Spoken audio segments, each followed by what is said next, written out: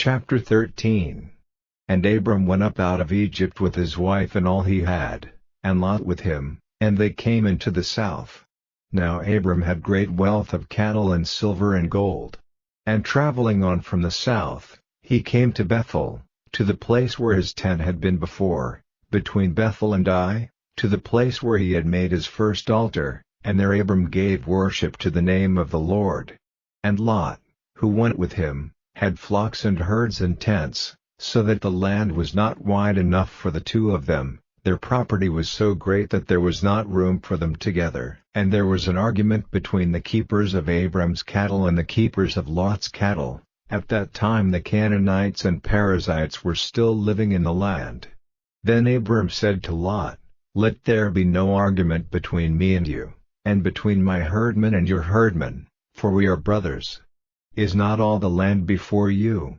Then let us go our separate ways. If you go to the left, I will go to the right, or if you take the right, I will go to the left." And Lot, lifting up his eyes and looking in the valley of Jordan, saw that it was well watered everywhere.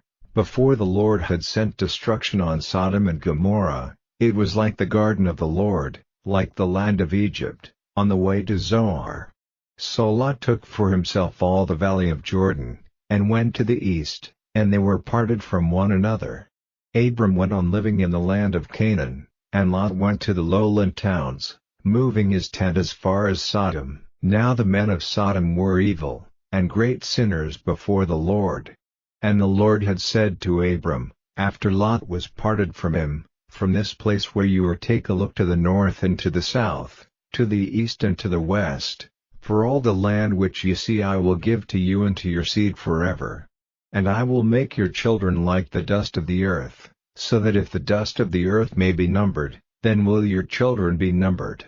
Come, go through all the land from one end to the other, for I will give it to you." And Abram, moving his tent, came and made his living place by the holy tree of Mamre, which is in Hebron, and made an altar there to the Lord.